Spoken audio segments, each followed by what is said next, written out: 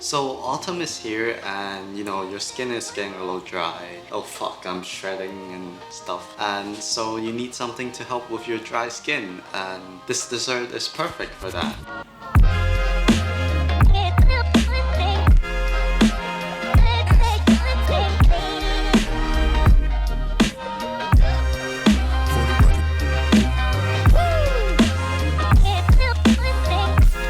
It's not a magic miracle product that can just remove your dry skin problem, but it helps. So let's just skip the bullshit and jump into it, because if I don't, you click off and kill my retention rate. Now get 40 grams of Ginkgo nuts, and I want to talk about which one you should get. Ideally, the best ones are the ones with the shell intact. It is a little bit more work to have to crack the shell, but it will be worth it. Just trust me. I mean, like, why wouldn't you? But never buy the ones that are vacuum packed in supermarkets, because they just taste bland and they're possibly bleached. And boop, into the trash it goes.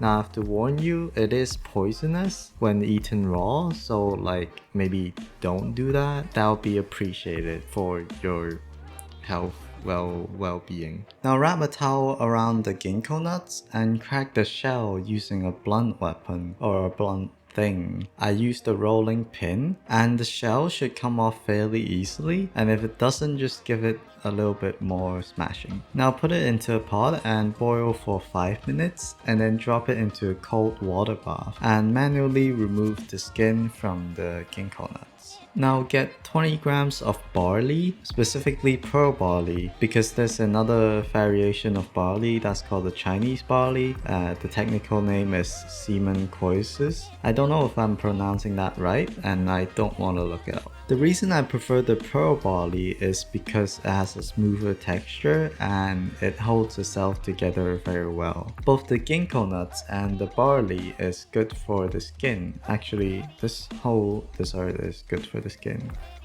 Did I mention that already? Add to the pot along with the now naked ginkgo nuts, and add 300 grams of water on a super duper low heat. Cover and simmer it for 45 minutes. Now the barley should be soft on the inside but still holding itself together, kind of like me.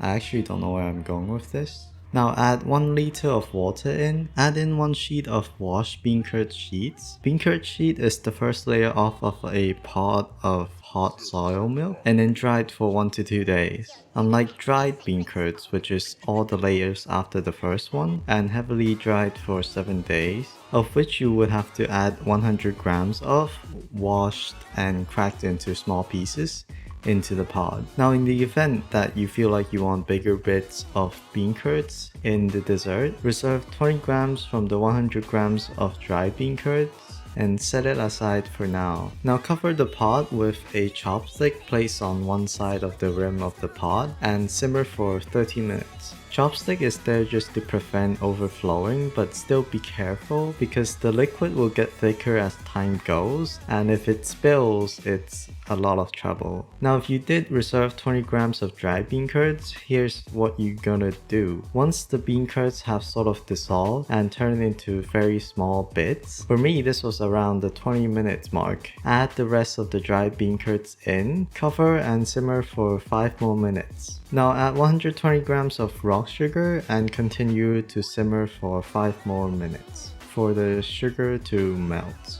Now turn off the gas and just take a bit and have a taste test if you want to add more rock sugar or yeah. And now gently crack an egg into the pot, or 2 or 3, but no more than that because the temperature of the liquid will drop too much and the egg won't be cooked properly. This will result in an egg, that is if an onsen egg and a soft-boiled egg had a secret child, this would be it. Now cover the pot and wait 10 minutes and you're pretty much done after that, and just pour it out to a bowl or just drink it from the pot like an uncivilized peasant, which is me.